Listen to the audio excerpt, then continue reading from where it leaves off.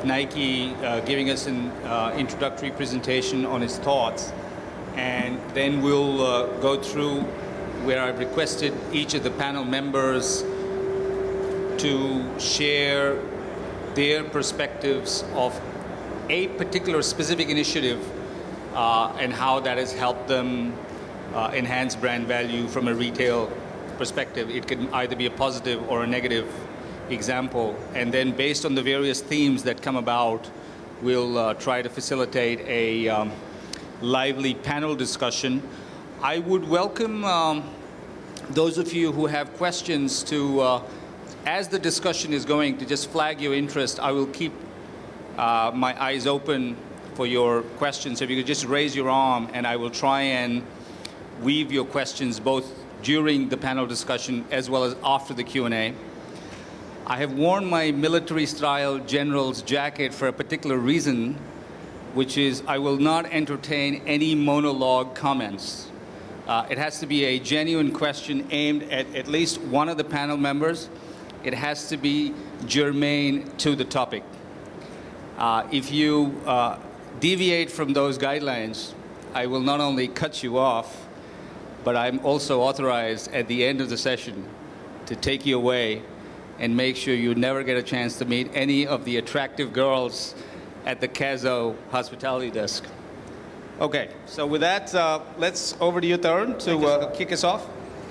Okay, good afternoon, ladies and gentlemen. I hope you all had a good lunch. The problem about having a good lunch is you guys are going to sleep.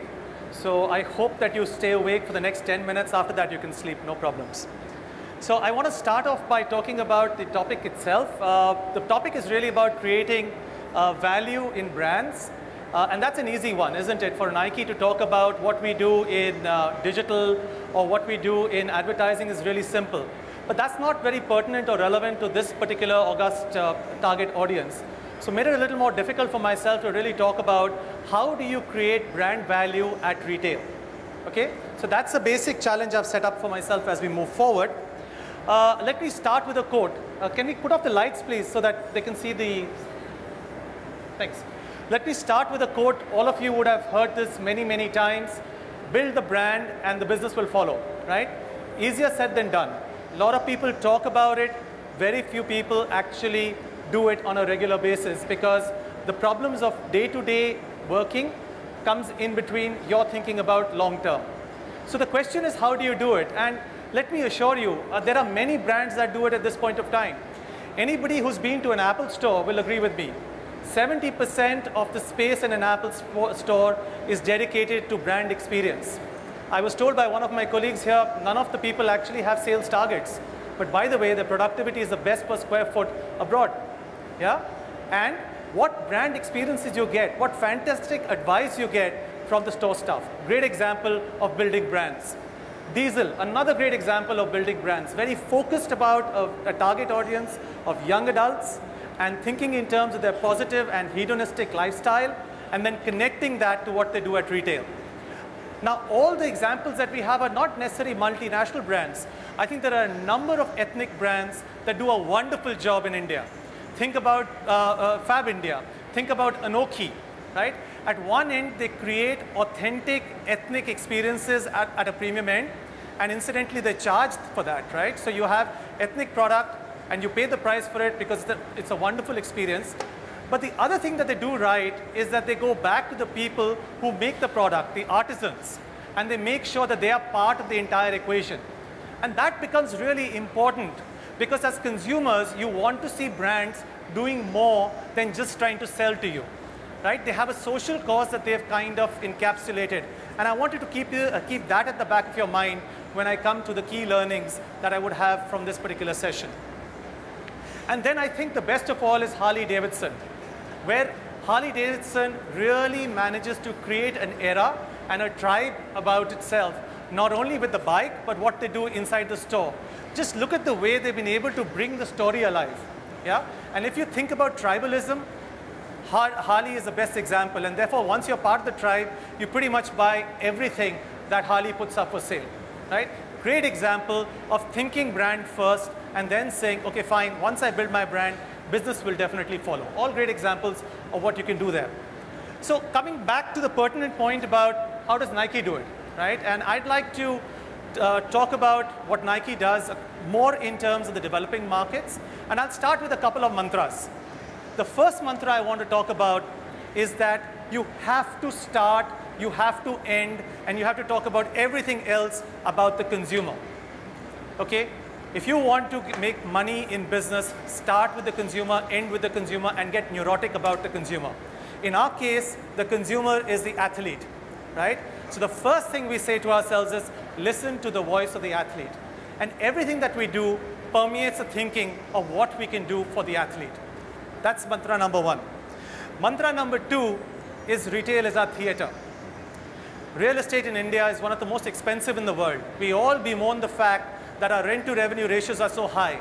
What we forget is that captive space that we have, whether it's 1,500 square feet, whether it's 3,000 square feet or 30,000 square feet, has to be used more than just selling space. It has to be a way in which you can make an indelible connect with the consumer and sustain it over a period of time.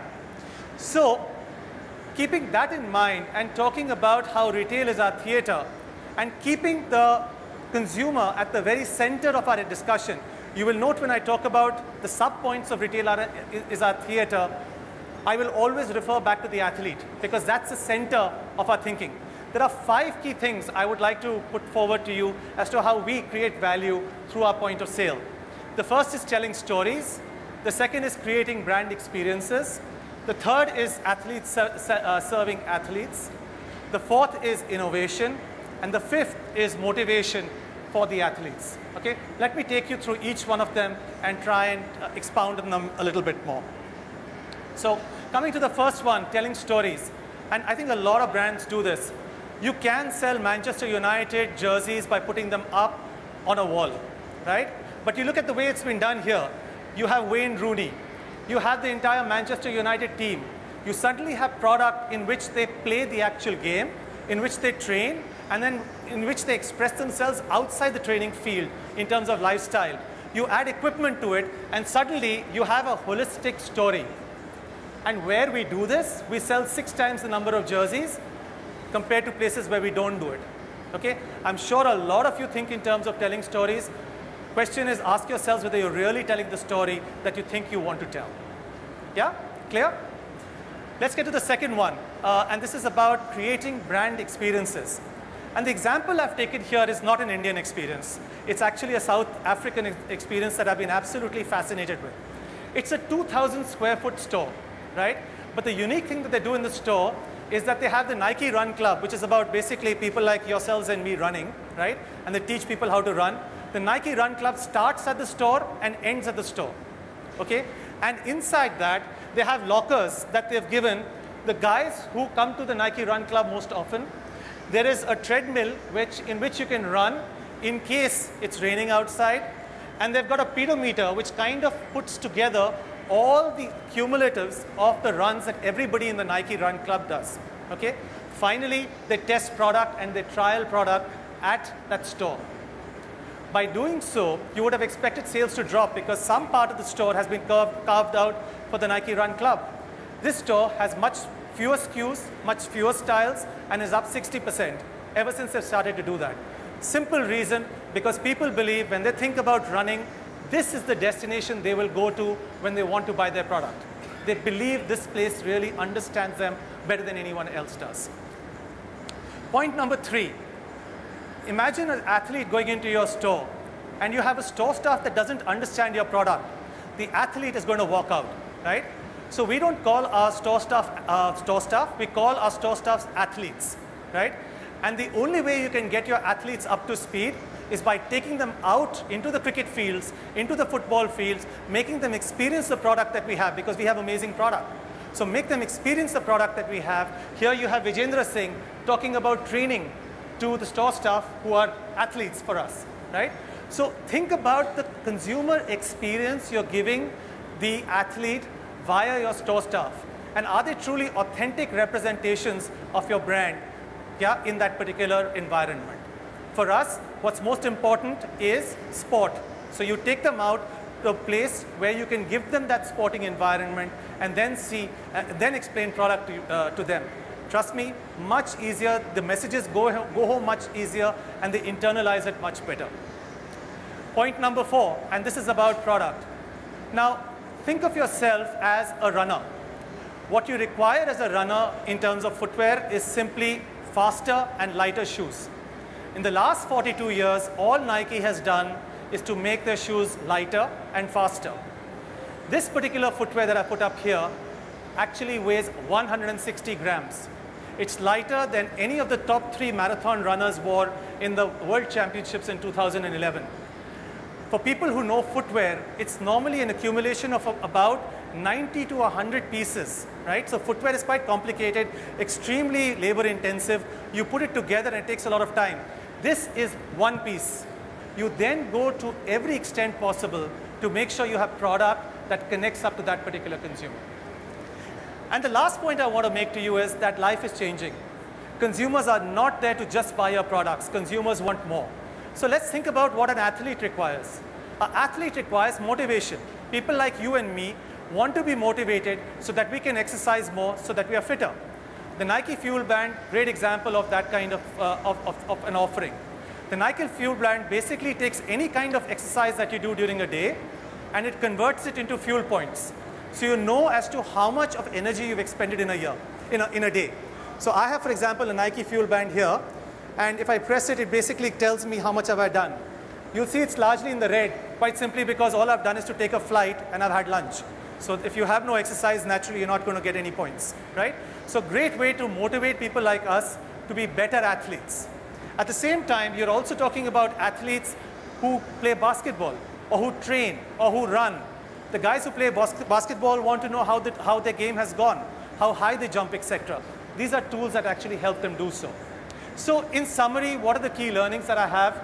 Very simple learnings that I've taken from Nike and put forth to retailers.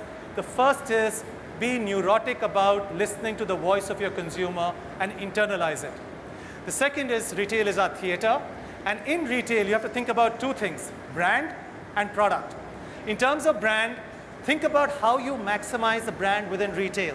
Tell amazing stories, create great experiences for the consumer, and make sure you connect with the consumer with your store stuff, right? In terms of your product, please make product your hero. Be proud of your product, right? Make sure that your product connects to your consumer. Make sure every product in your store connects to your consumer. And finally, life has changed. It's important that you think beyond product. Think about sustainability. Think about the artisan that actually made that product for you. Think about motivation and services. What are the value adds you can give the consumer? Because trust me, the consumer is looking for much more than just the product that you sell. So that's pretty much it from my side. Thank you.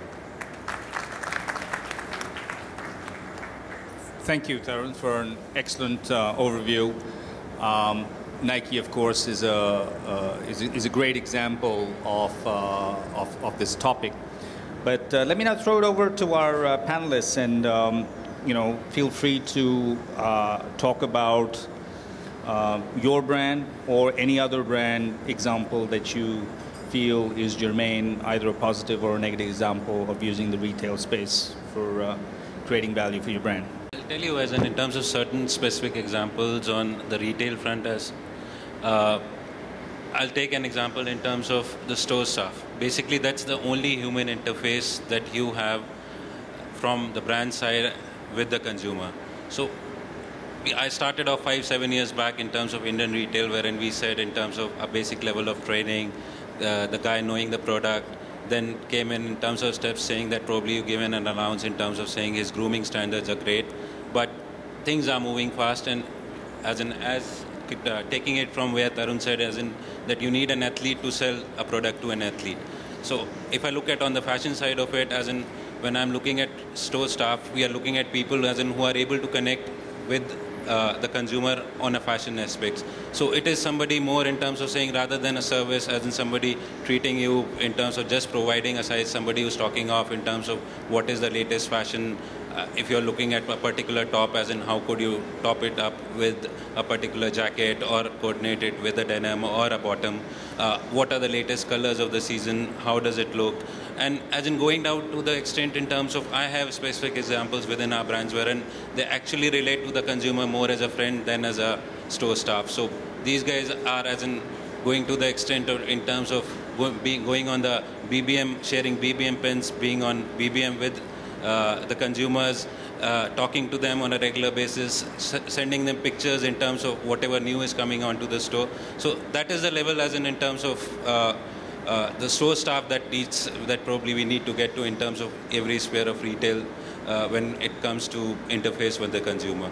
Another aspect that I would like to point out is that in terms of the overall thing, in terms of the so-called integration of various forms of media, as in today, store is one aspect of it wherein we are interfacing with the consumer, but the consumer also interfaces with us on various other forms.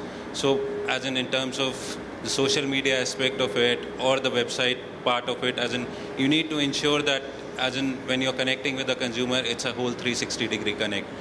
You can't as in say that I'll miss out on a particular point because I do it, I don't do it, or the brand doesn't agree to it, because today the consumer is also getting savvy. So another example that probably I'd like to quote in terms of the French connection business that we do is that we actually probably were the first brands in India to have an India-centric website for the brand.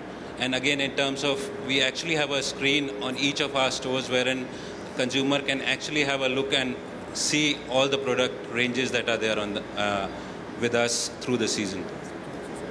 So those are as in a couple of examples wherein I feel in terms of, even when we are talking of retail, it has to be that holistic experience that we deliver to the consumer.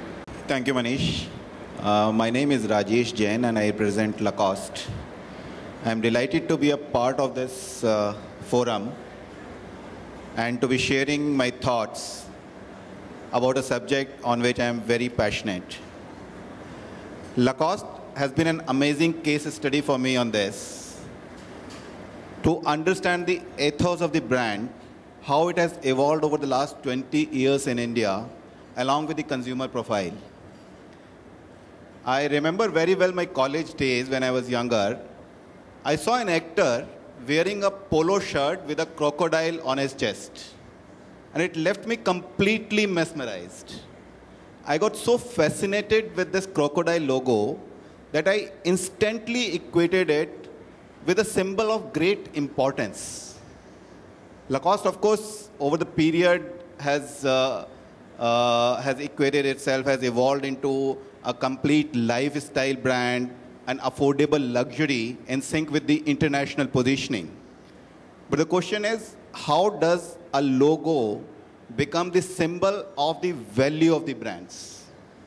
My personal belief is that there are many elements that go into making the value of a brand. However, the two most important pillars are innovation and quality. So as I represent Lacoste, I would take Lacoste as a case study for this. This international renowned brand had its humble beginning in the sporting life of Mr. René Lacoste. This tennis legend, he actually created a garment for himself, for his own comfort and for his own ease. Because at that time when he used to play, people used to play all the sports wearing long-sleeved starched shirts only. And it was not conducive to play in hot American summers during that time. So he invented a padded piqué shirt, half-sleeved polo, for his own comfort and ease, which was very good at elegance also. It never lost elegant touch. And on the quality side, it was a perfect garment. It gave a fashion statement on the coat and a style statement off the coat also. So the quality of the garment withstood the test of time also. And this brings the core values of Lacoste, which are innovation, comfort, elegance, and quality. So we know all the retailers, they have to understand and offer value to the customer. And those are the core values for any brand. The promise of trust, quality, perceived benefits. They make the customer buy your product for the first time. And once the customer has certain degree of trust on your quality, he comes for a repeat purchase. And after that, because of his repeat purchase, his trust on your quality, and the word of mouth reviews that he gets, he becomes a loyal customer. So this is how a brand evolves. It gets engraved in the customer's mind.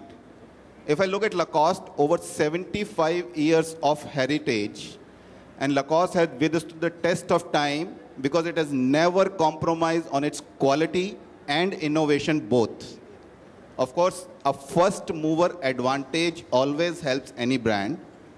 Lacoste L1212 polo, iconic polo, the kind of polo that I am wearing, it was the first time in the documented history that a logo appeared outside a garment. But that was not the only thing. It was the kind of fabric that was used in Lacoste that continues to be used. The yarn counts, all those elements do go into it. And in addition to that, innovation plays a very important role.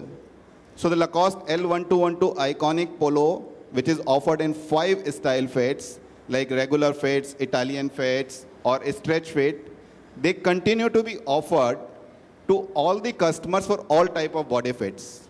And along with that, Lacoste offers new innovative styles, new fabrics, new yarn counts, fluid fabrics, fabric finishes. All those things go into making it an innovative and quality product. So that brings me to the second pillar of a brand value, which is innovation. So in my opinion, these two are the most important elements to make the brand a value proposition. While of course there are other things like your visual merchandising, your footprint, the number of footprint, how the visual merchandising has gone into it, your communication efforts, all those things of course are there. But in my opinion, they're more of hygiene factors. They have to be there. No brand can afford not to have those things. But the most important pillars are innovation and quality. Thank you.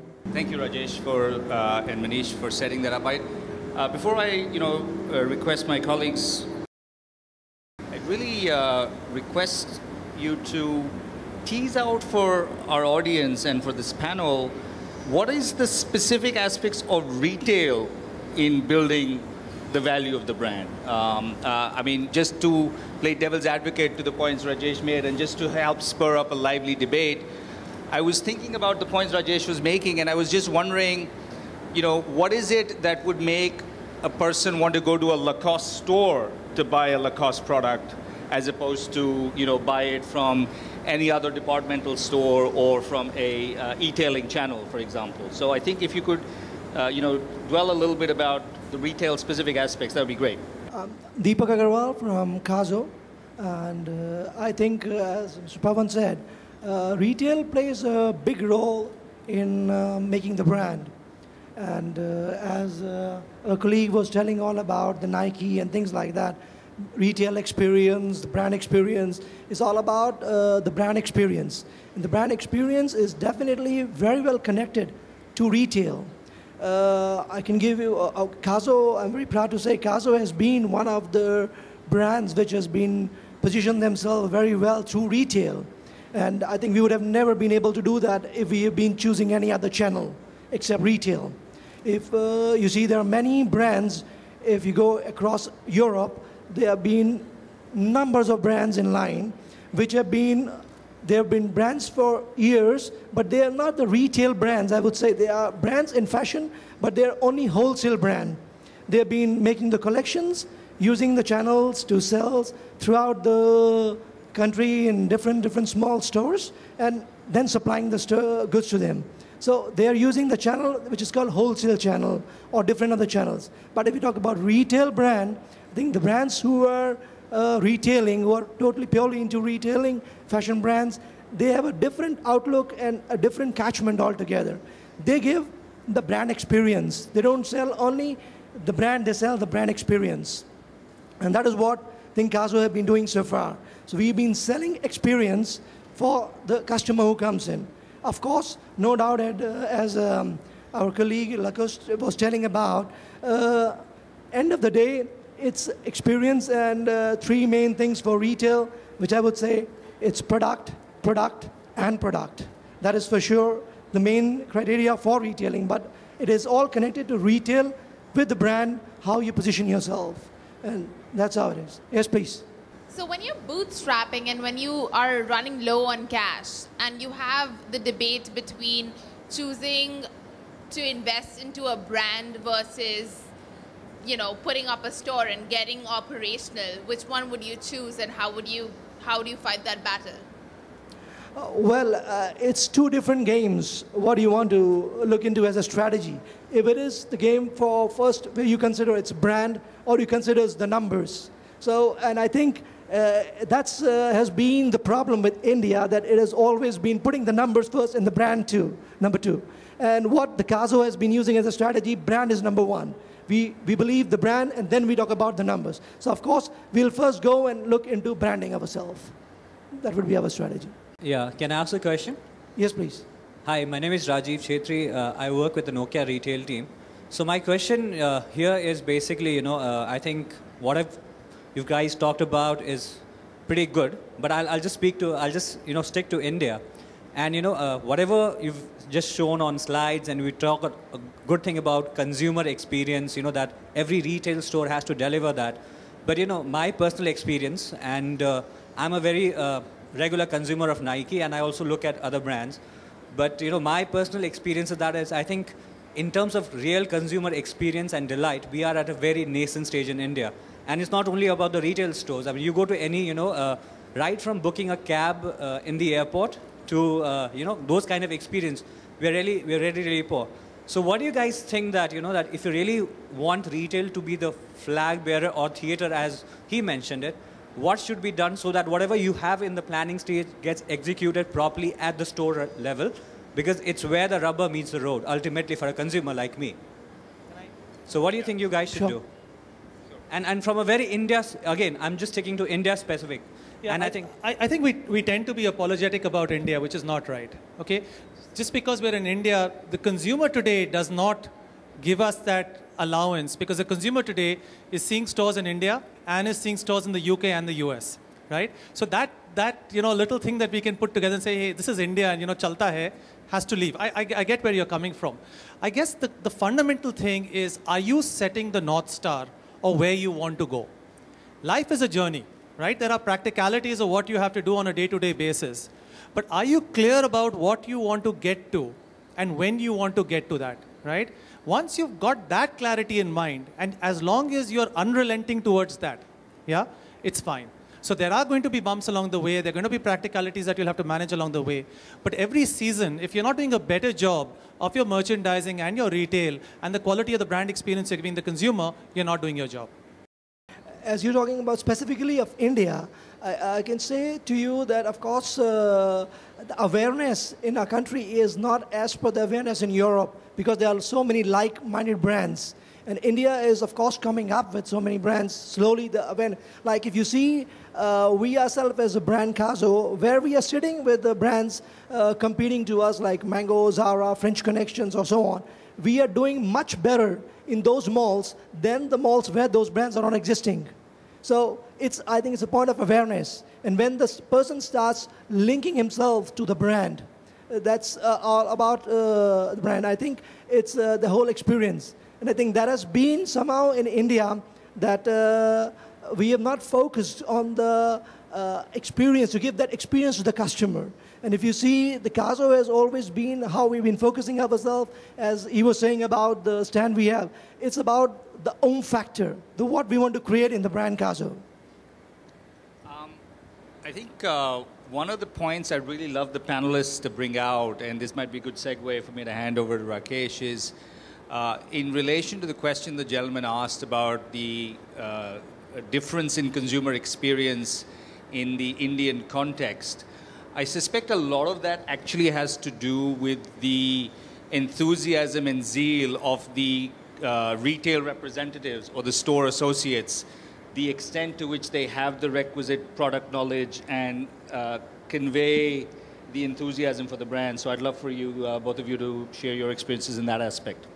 Excuse me, can I This just guy add to has that? managed to crack it by having the most attractive-looking women at the store. But how do you do it? Excuse me, can I just add on to that? Because, so my question was, why do we have a different consumer experience elsewhere in the world, and why a different level of consumer experience in India? That's my question. Why do we have that gap? So thanks, Pawan. I'll talk about how a retail can play a role of brand building, because I think the core subject today is that we sometimes feel that we can build a brand through mass media, and retail is a place where we'll transact business, do sale. Of course, that we do, but I think we underestimate the power of branding which retail can bring, and I think I'll bring you back to the point which Pawan was making. The key question here is that how does your store consumer experience link up with the brand personality? Because the moment of truth which the customer gets in the store about the brand, the customer walks into your store with a particular brand thinking in mind, which you have communicated, and the moment of truth happens in the store. So what we have been trying at Raymond is that let us design the DNA of the store. Because the point you're making is that how do you make the store experience synergize with the brand thought? But it has to be designed. It cannot be by accident, and every store this has to happen. So in Raymond, what we have done, we said the DNA of the store, which is through a process of linking the brand, is warmth, expertise, responsiveness, which is in line with the complete man positioning which Raymond has. Now, just by merely saying so, it doesn't happen. Then we have designed the steps in the store, which will make sure that when the client walks in, he gets these 3 points in various interactions. It could be at the cash desk.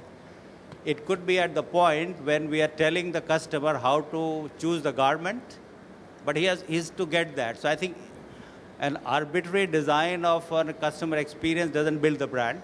The point I'm making is you design it, synergize with the brand ethos, and then you replicate by training through people, the merchandising and all that experience which you have. For us, the challenge was actually multifold, because most of the people you see here, most of them are international or national brands, which are extremely well known.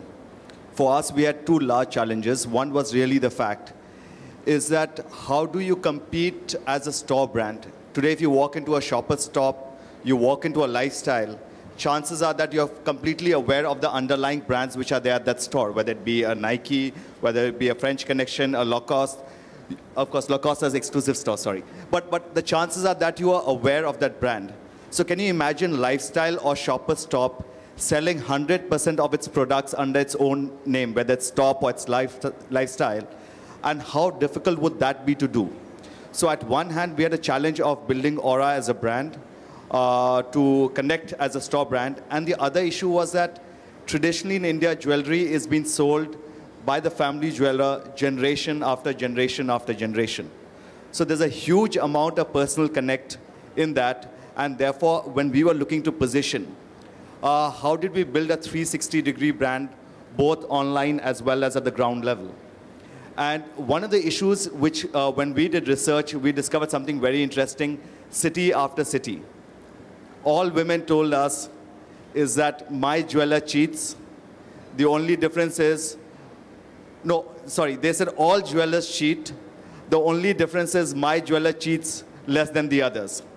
So the known devil is better than the unknown devil. So trust was definitely a critical issue to build. But in a market where, you've got each individual store which is very, very strong, whether it's a TBZ or it's a GRT in the south or Mehra Sun in Delhi, they're extremely well known. So how do you compete against that? And while we are the world's largest diamond manufacturing company as Rosy Blue, what we discovered, nobody at the retail level really knew us. So one option for us was to go out and shout, saying the world's largest diamond manufacturing company. Would it get us the trust? The answer is yes. But in a category like jewelry, would it really appeal to the woman who is really our main consumer? Because trust is a necessity, it is not a requirement for purchase. So, of course, then we went on to create a film. And what we realized that the passage of time was akin to building trust. So that film was shot in south of Italy in a place called Malta, where it showed the women from the beginning of time through wars being fought, ultimately coming to the shores of India. And of course, that did very well for us. But at the end of the day, we spend 1/30th, 1/40th of the marketing spend what anybody else in the space does. So how do you get the consumer to walk in? If they've walked in, how do you get the consumer to buy? And I think Tarun made a very interesting point on how you can use the store space to build a brand proposition. For example, for us, we've got 2 or 3 huge legacies. One is the fact that we've got a great diamond background. We've got a Belgian heritage. And our point was really to build that across at the store level. So you've got bevel glasses, you've got faceted windows. But the most important thing was that what we realized on the issue of trust, which I began with, is when a consumer walks in, he or she is unlikely to go to the sales staff and ask him, please tell me something about your brand. They're not going to say, what does Nike do, or what does the Lacoste do, or what does the Raymond do? They will come in, experience the brand, and walk out. So we've discovered that on an average, a woman spends half an hour at a store. So what we did is we created heritage walls. And every store has a heritage wall which talks about who we are. So one in 18 diamonds belongs to us. 5 global design centers. Moulin Rouge, the diamonds was used by us. So we've tried to create stories within the store. And I think the last and the most important thing is really about the ability of the sales staff. You don't need smooth selling sales staff. I think it has to be based on knowledge and consumer understanding. And at the end of the day, and I think, Tarun, you made a very important point, that unless the sales staff don't believe in that, unless they don't look at it as from an athlete's point of view, you will not be able to sell. So I think the training at the staff level, the fact that they must have product knowledge is absolutely essential. And our overall experience has really, really been very positive. Let me just build up on that point and come back to Tarun, because Tarun wanted to respond. I'm just wondering, coming back to the gentleman from Nokia's question, the ability of the store staff to fulfill the promise is one part of the equation, but I'm also wondering whether there's something fundamentally different in the expectations of the Indian consumer vis-a-vis in other parts of the world or not. So your thoughts on that thing? So I don't think the expectation of the consumer is different, but I think there are some reasons why we've not been able to get the quality of experience that we want to get to. Firstly, please remember, retail in India is very young, right? Compare it to, the US, etc., where it's been there forever. We have a journey of 20 years that we've, encompassed, and FDI is just coming in. So I think we should not be that harsh on ourselves. The second, and I think probably the biggest reason why we are not being able to give good experiences is because of the size of our stores. And the reason our size of stores tends to be a little smaller is because of the rent to revenue ratios that most of us encounter. So more often than not, you'd go for minus 200 square feet than plus 200 square feet. The problem is that when you have a smaller box size, how do you create the experience? Which is why I gave you the example of South Africa rather than giving you a Nike town which is 20,000 square feet. And it's impractical from an Indian perspective. The third is that if you think about your store staff, most of the people coming in are from tier 3, tier 4 cities, right? And their turnover tends to be very high. As a result of which, they don't spend enough time understanding product. They don't understand premium. And I don't think a lot of us spend enough time and effort and money in training them. And I think last is that there is a certain degree of complacency where we wrongly assume that the consumer accepts it. But let me assure you that the consumer is as finicky in India as anywhere else in the world. And there will be a time when he's going to say enough is enough and move forward. I think that was the perfect segue to my question.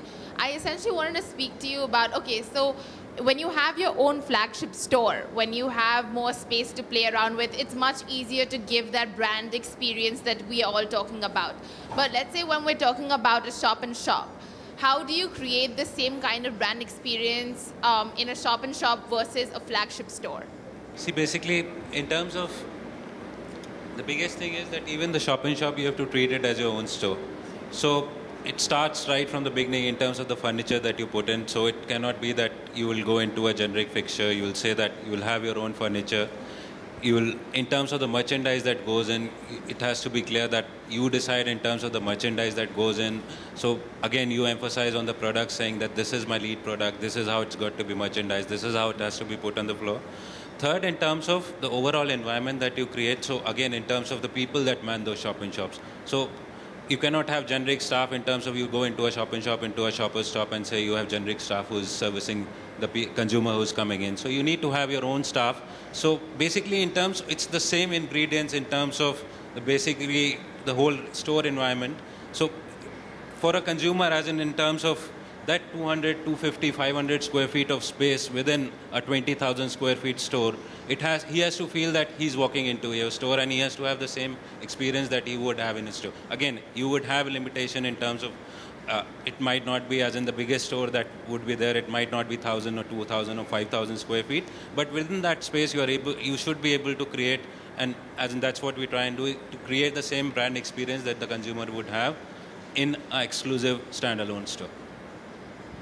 Well, I can say that shop-in-shop model for against the flagship store you're talking about, there is definitely a great difference between shop-in-shop model.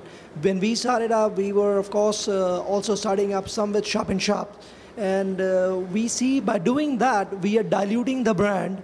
And we need to work on first only flagship stores or EBOs so that we are sure. And even the same goes with the franchisee model in India.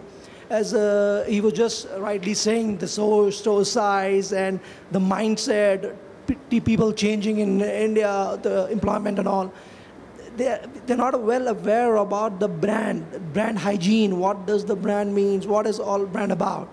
So we've been very, very focused on positioning the brand. And in fact, we created the level that now the people come in, the experience what we give them, they say, is the brand from Italy? So everybody, most of the people in the fraternity still thinks the brand is from Italy.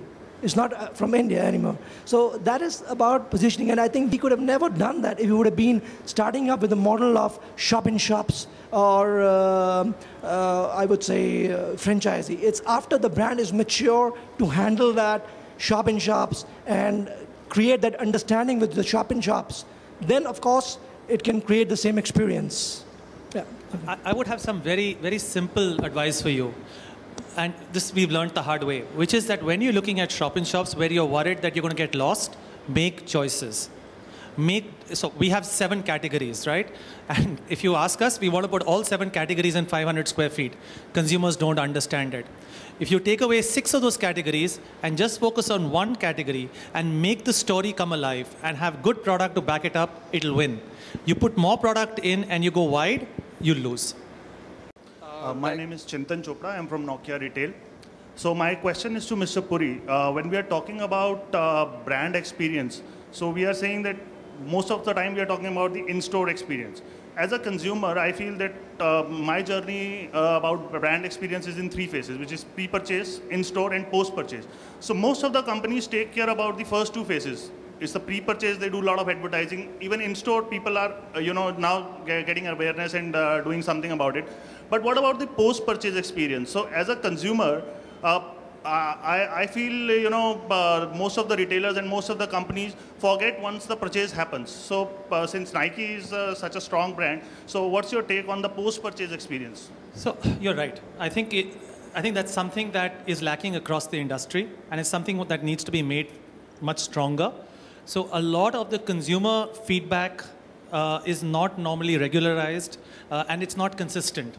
I think a consumer feels much better if he or she knows exactly what they're getting into at the point of purchase so that there is no disappointment later, right? We've tried to build systems there, right? So we have people dedicated to talking to consumers to make sure that if there is any disappointment at all on the product, there is quick replacements, etc. that is done. The other part which is very important, which is also a post-purchase phenomena, is the quality of your product, right? So don't be in a hurry to sell.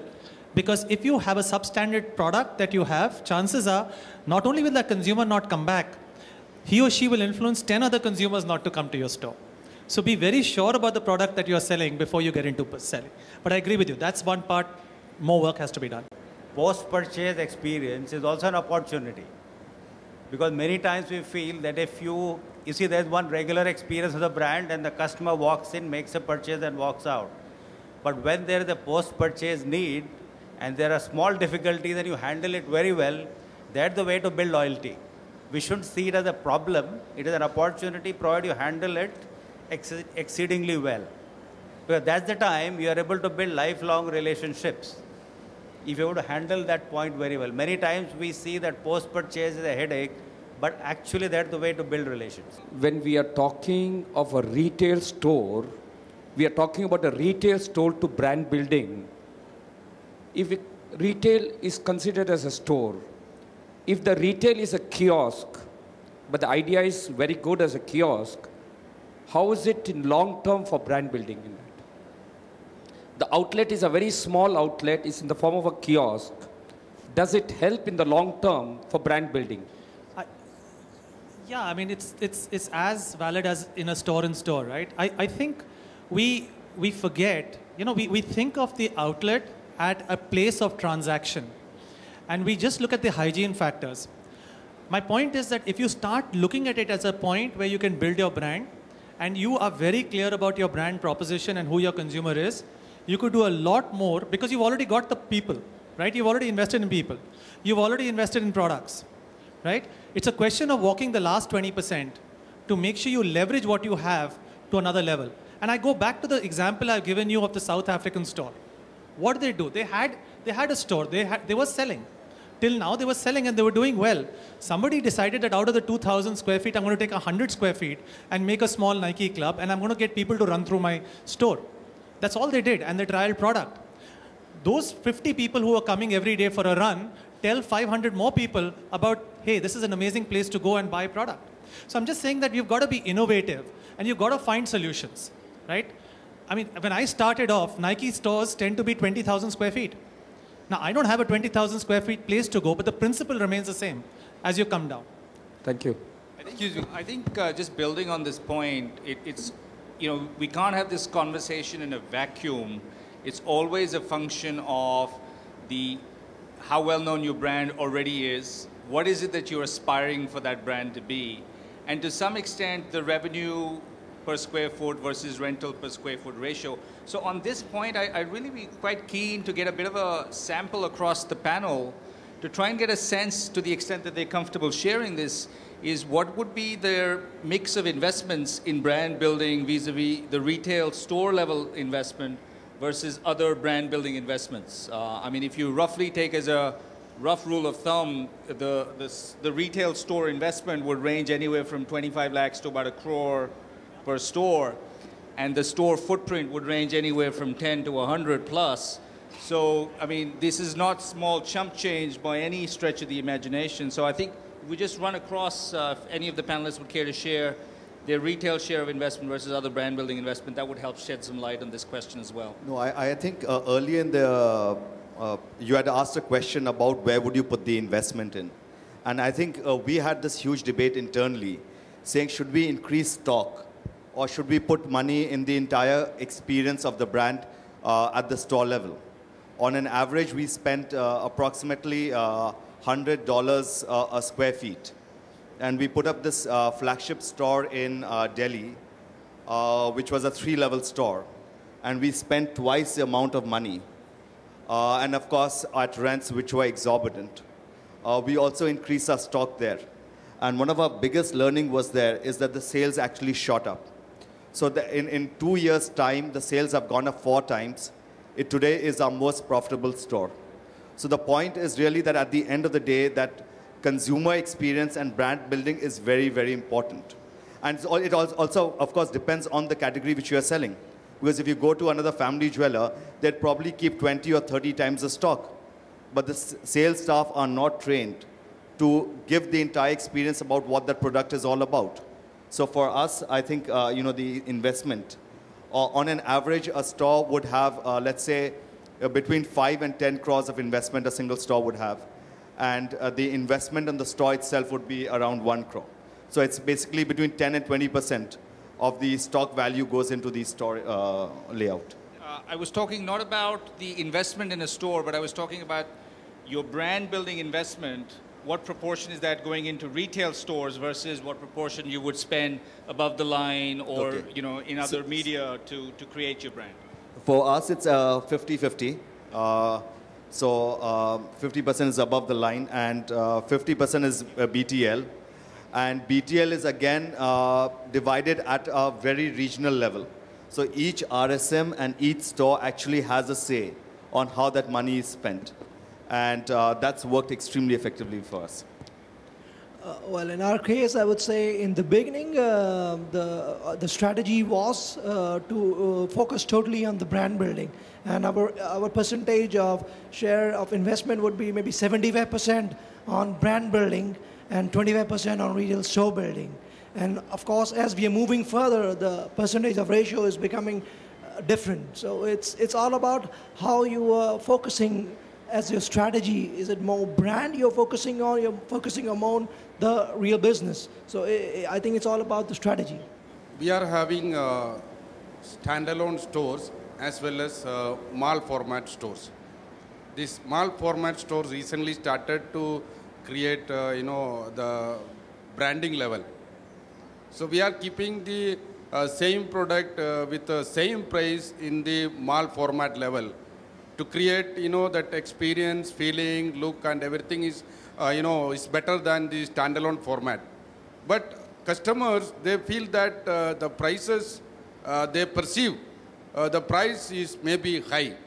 It is a psychological block.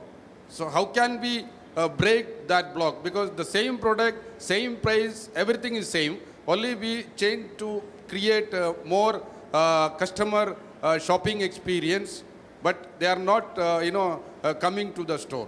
They are saying, after a study, they said that your product is, price is high now, without looking at the product.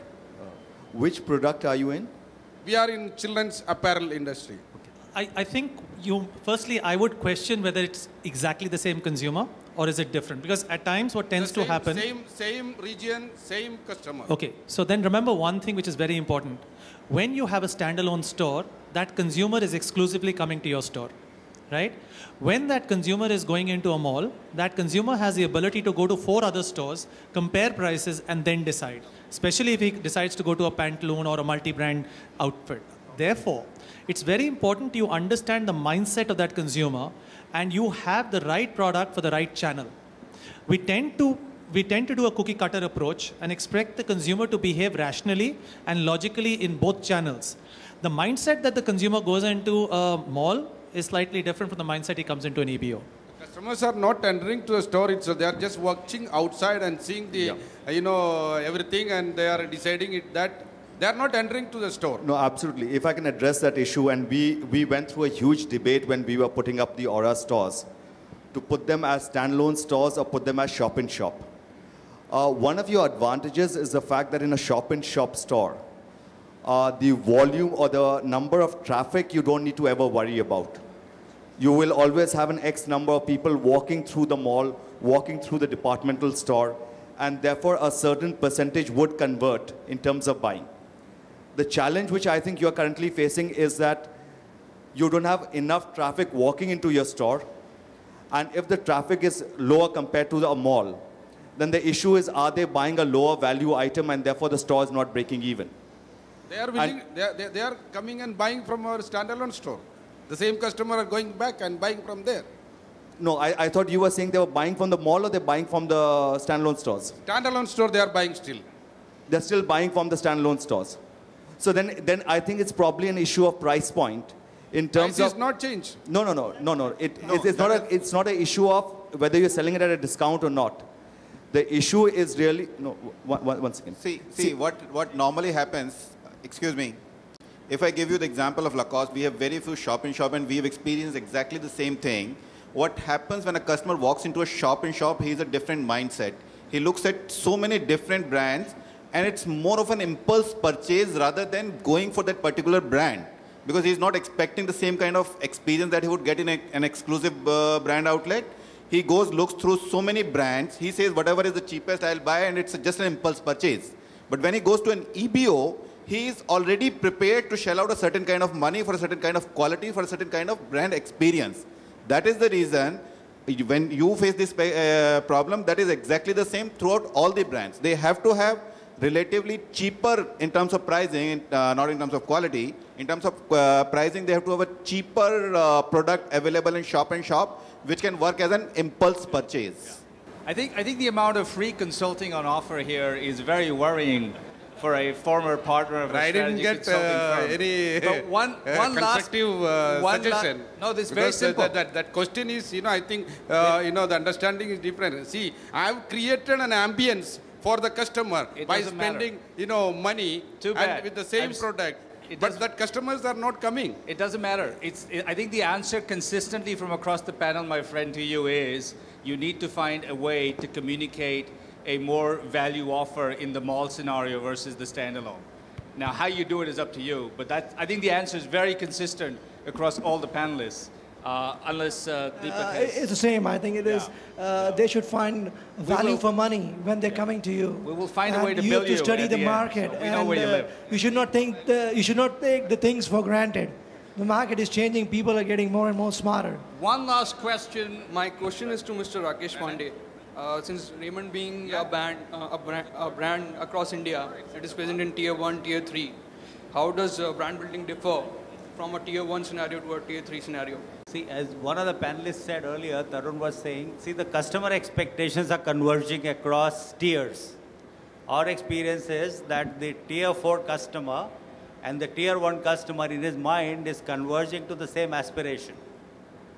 So by and large, I would say we'll keep the same kind of brand value, brand experience. The merchandise might differ because I think we have to see the localization issues there, and the kind of merchandise we decide would be slightly different.